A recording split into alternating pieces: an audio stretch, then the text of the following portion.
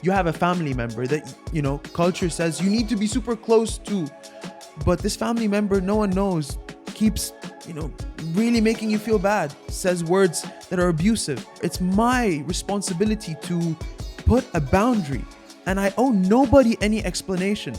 My peace comes first. Sometimes that is very difficult to digest in a culture that, glorifies things that are not contextually always right.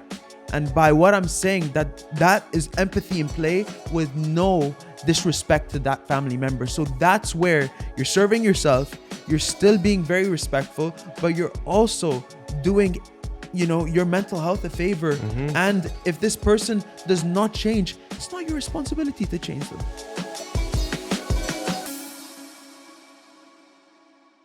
Welcome to another episode of Yellow Let's Talk, where we are building a community to help you figure things out. Today we have somebody who's very, very special to me. This guy's my homeboy. He is an entrepreneur. He's a content creator. He is a mental health advocate. He is Forbes 30 under 30. He has made waves in the mental health community, and he's also a musician and an artist. The list just keeps going and going and going. The man who does it all, Ali Salama. Thank you so much for having me.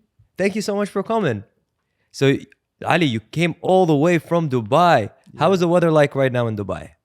It is getting really hot, I'll tell you that. Like, just the season change is crazy, but I'm just really excited to be here in Toronto. I'm doing a lot of stuff musically, but I just love to also reconnect Mac. Habibi, man. I love hearing that. And right now in Canada, the weather is pretty cold. So I feel like a lot of people who are listening who might be in Canada and the US are like, hey, at least there's some sunlight in there. So I want to talk to you a lot about empathy today. Yeah. This is the Ramadan season of the podcast. And a lot of people are now reflecting. They're thinking about how could they become a little bit more empathetic. Yeah. And you are the poster boy for empathy. You have a podcast called Empathy Always Wins. Yeah. And you talk a lot about well-being. And I just want to ask you, how does empathy and having empathy impact someone's mental health? So let's just backtrack it all back to where it starts. I think, and I believe empathy is having, it starts by having self-awareness, because by feeling empathy, it's different than sympathy, right? Sympathy and empathy are different in the sense that empathy, I'm looking at you and I'm feeling things, but we are on the same leveling plane. Sympathy, it's kind of unintentionally looks down at someone saying, and there's almost some pity in it. That's why I always say empathy always wins, because you can feel for someone, understand the way they're feeling, but not necessarily feel bad for them, right? And that's kind of why, sometimes we got to be very careful using the words empathy and sympathy. But I always say empathy always wins, because if you have this emotional intelligence, you're able to sing better, feel better, connect deeper, and live a much more meaningful life. I love that. I love how you just said sing better as well. So the artist part of you is coming out. And I appreciate the fact that you differentiated between empathy and sympathy. And I think the first question I should have probably asked you is the definition and the difference, which you've already now explained. Yeah. Empathy is really understanding and trying to have compassion for somebody, whereas sympathy would be feeling more sorry for one person. Yes. And feeling almost bad. Like, say, for example, an earthquake just happened in, Syria and Turkey. I feel very sympathetic. It's a different context to use empathy and sympathy. But I just think that, wrapping up why I feel empathy is very important in that sense is that the more you are emotionally intelligent, the more you have very swift, meaningful interactions, and almost, let's just put it that way, if you're highly empathetic, you're street smart. You're able to get stuff done, and you're able to really be authentic and not just feel transactional, because we all kind of need that, in my point of view. So I like that, but can you walk us through the reasoning behind that? So how does someone being more empathetic become more street smart? Let me tell you something. I'll give you an example. So yesterday, for example, your friend's car broke down, but today you have a very important task you need to do with him. instead of calling, and he's late on delivering that. So instead of calling him, telling him, hey, it's not my problem that XXX happened, you can tell him, hey, I know this has been taking a massive toll on you. I'm here if you need any space to talk, but let's really put our best efforts, and I can put in double the effort I can. That's empathy. You've just reached out to him. You've shown that that you've had this sentiment that he's not okay, but you've also kind of not made the transactional ask. You've been smart enough to use your emotional intelligence to be where he is, and he's now empowered to take that move to finish whatever that you need to finish with. So for you, empathy is equated to higher EQ, to higher emotional intelligence. Well, you can't be very empathetic unless you have developed a level of self-awareness. And when you work on your self-awareness, you start, it's almost like the saying, you can't go deep into someone deeper than you've been into yourself, right? So how can you swim in an ocean so deep when you've never swam before? You need to kind of go in your own self to understand others, and that's why we're all so connected. And I think, bearing in mind that this is a Ramadan special, we need to take, I think, this month to self-reflect, because today we're living in a very fast-paced environment, and I think that when we pause, we get realizations, and actually most of the work happens in silence. What you do in private, you wear in public. I love that. And it's very true. It's we start within and we start reflecting on how do we improve ourselves, heal within ourselves, and that will then project to the world. It's not coming the other way around. I like the word you used there, healing. And I think that, of course, Ramadan is a month where we reflect, but it's also a month of spiritual healing. And that directly pours into what we're talking about today, which, how can I develop my levels of empathy? And I also think that, it's those random acts of kindness.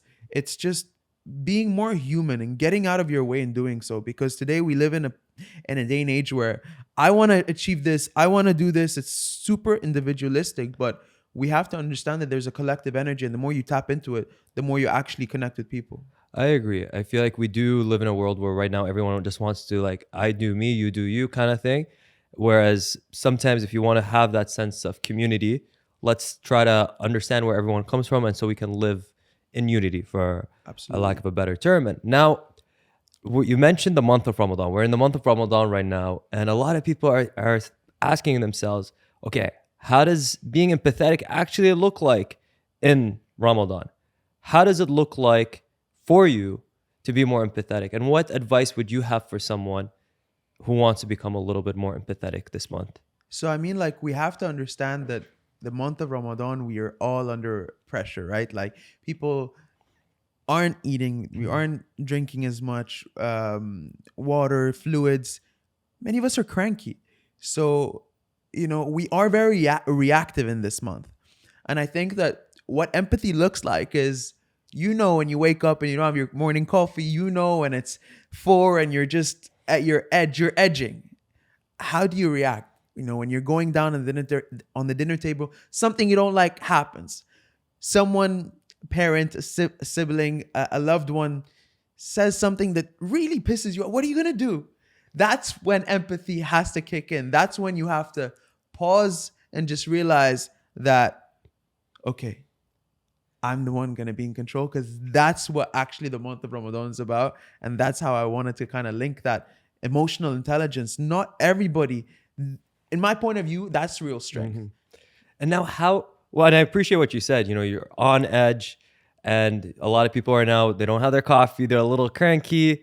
And now you, as a person, how do you actually start to empathize? Like, what do you ask yourself to become more empathetic? Yeah, that's a very good question. I believe that sometimes to practice empathy, we need to understand that not everybody has the same reality that we live.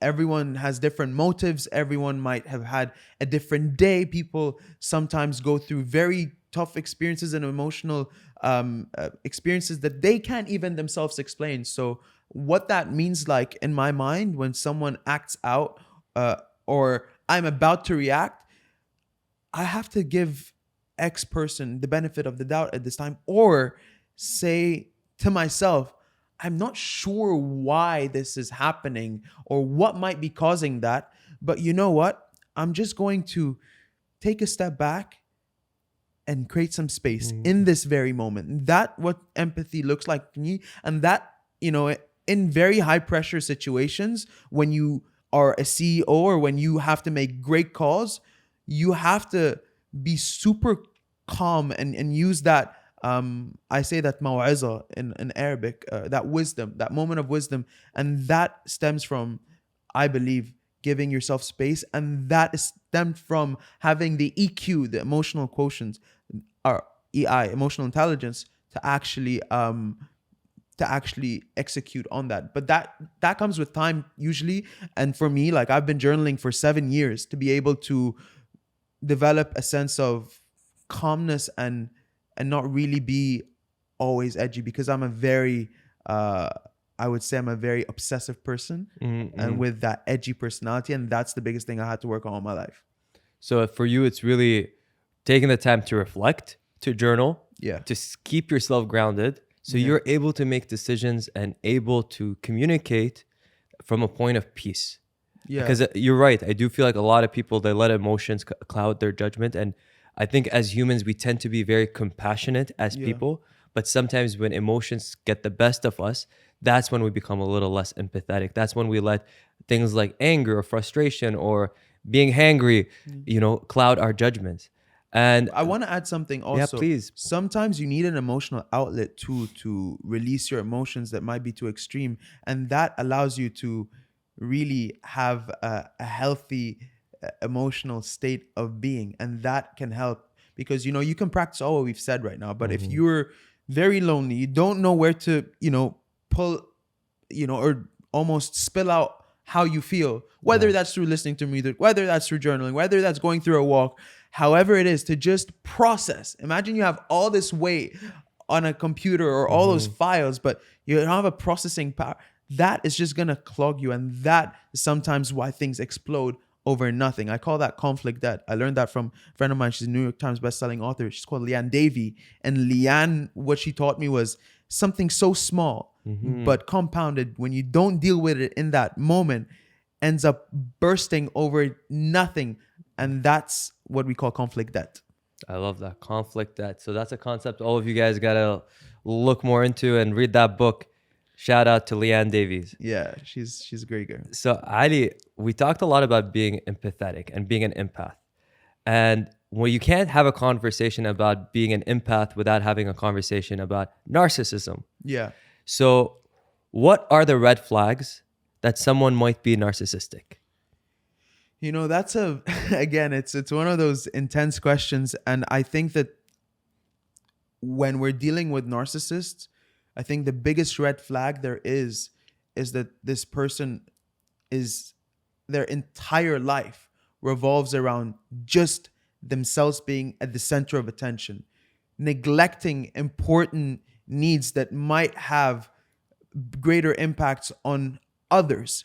Now, I think to describe a narcissist in, like, symptoms and all, that would be for a psychotherapist. But in my point of view, from what I've seen in my life, I could definitely tell you that the dangerous narcissists that you can surround yourselves around aren't typical. Of course, we have in our culture a lot of men do have the narcissistic traits, but I wouldn't genderize this disease, because I believe it is. It's not something that I would highly praise at all. So it's interesting what you said, because for you, a narcissist, and I think the general definition for someone, when you think of like empath, you think someone who is compassionate. Yeah. When you think of narcissist, you think someone who just thinks about themselves. But then there's different layers, and it's a fluid thing as well. Someone who might be a very empathetic person may go through a phase where they tend to be a little bit more, I wouldn't even say the word narcissist, but become more self-conceited. And here's the thing, and here's my problem with even having those two words, is that nowadays this generation keeps using the word narcissism as a way to villainize people that they don't like, or people who might have, additional confidence, or someone might be self-conceited. For me, it's not about whether someone is an empath or a narcissist. It's, do you hold space? I think when Yeah. we ask that question, does this person hold space for me? Does this Yeah. person hold space for others? Yeah. Then you're able to navigate. And I still don't understand the labels, even though I know I just asked you that question. But it Yeah. is something that when we're talking about empathy and narcissism, it's always, it's always discussed. I would say, look, this generation is extreme in all forms. We use the word depressed all the time for sad, right? Yeah. Narcissistic for self-centered. I think that bottom line is that narcissists, knowing a few myself, I would tell you that some of them are incredibly emotionally intelligent. That's how they get everything around. And I think when you're emotionally intelligent, you understand how to gaslight, you understand how to do all those tips and, not tips, sorry, manipulation tricks.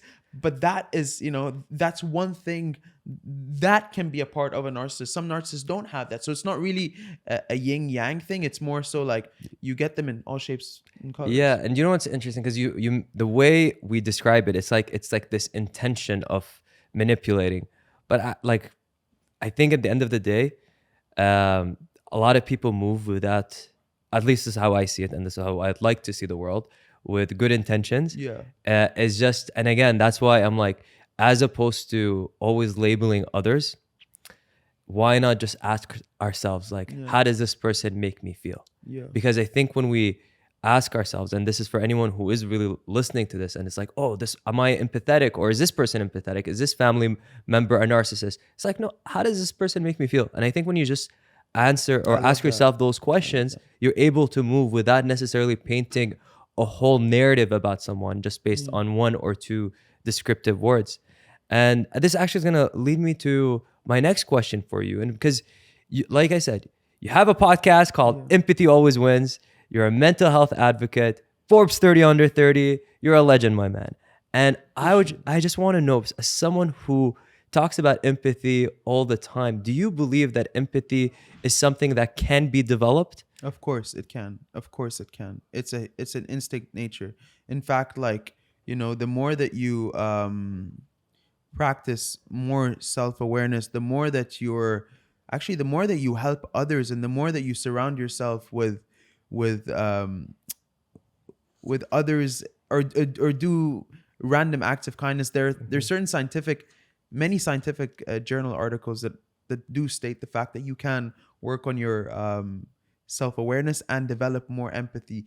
There are studies, I just don't want to on camera right now which studies have been proven to do that, but I do remember reading more than a few, and I do remember from having peers that have written incredible books that we can work on our emotional intelligence, and we can develop higher levels of empathy.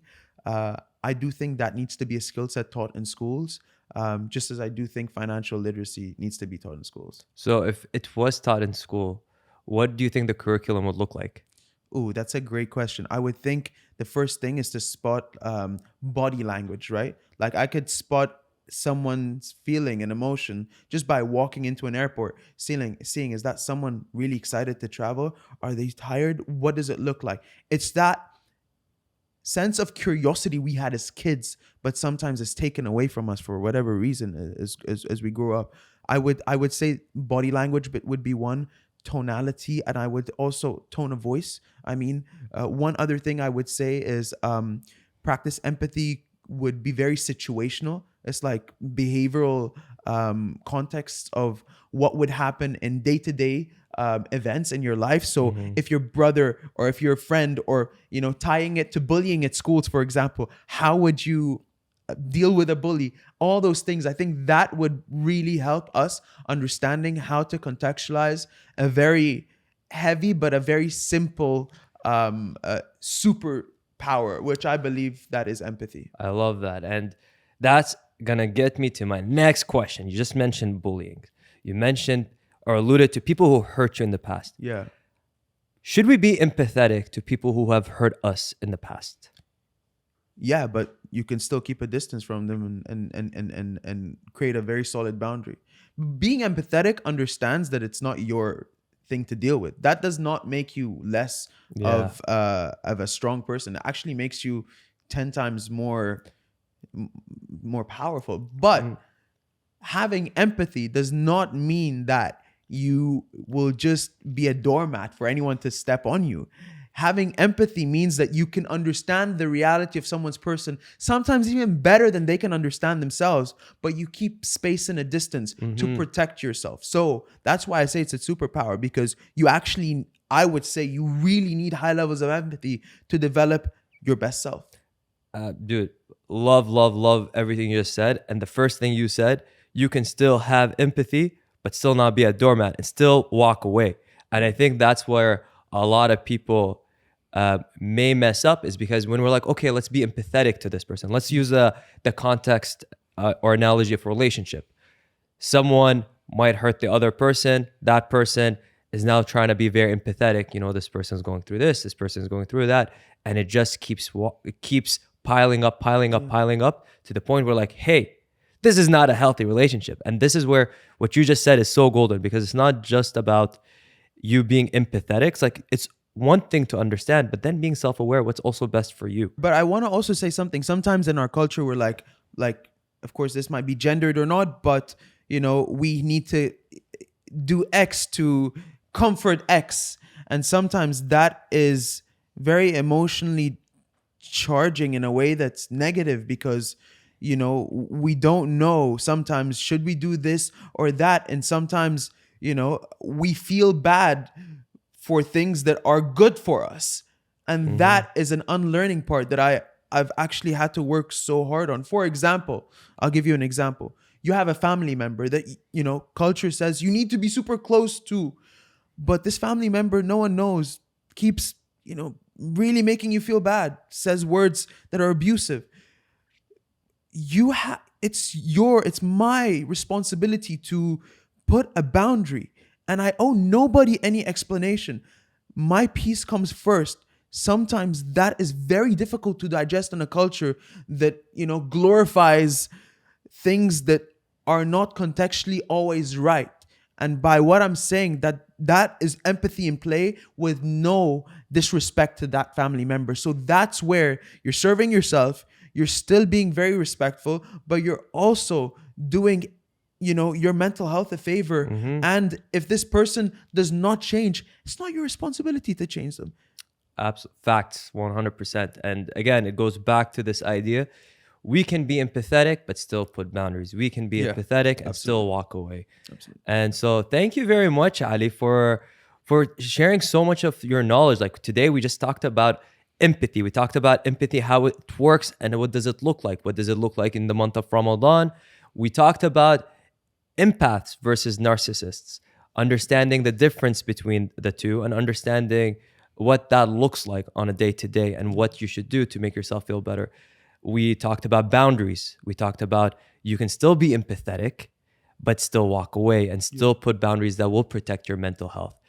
Being empathetic is one thing, but also protecting your well being is another. And taking the right steps for yourself is very important and key. Um, one last question I do have for you. As someone who is still quite young and you're doing so many different things, Yeah. I want to ask you, what would you tell your younger self? What would you tell your younger Ali? That's a very tough one. I would tell my younger self that every weakness you thought you had was actually your strength, just undiscovered because you didn't know how to use it. Mic drop.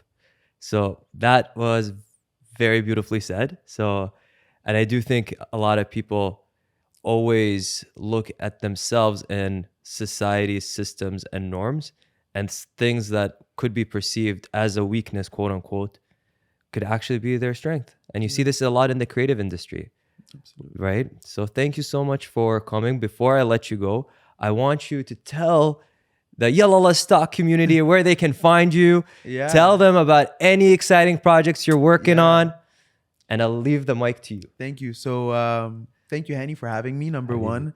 Number two, I started the mental health journey because of a very tough experience I've been through. I'm a former pro swimmer. I swam for nearly 14 years.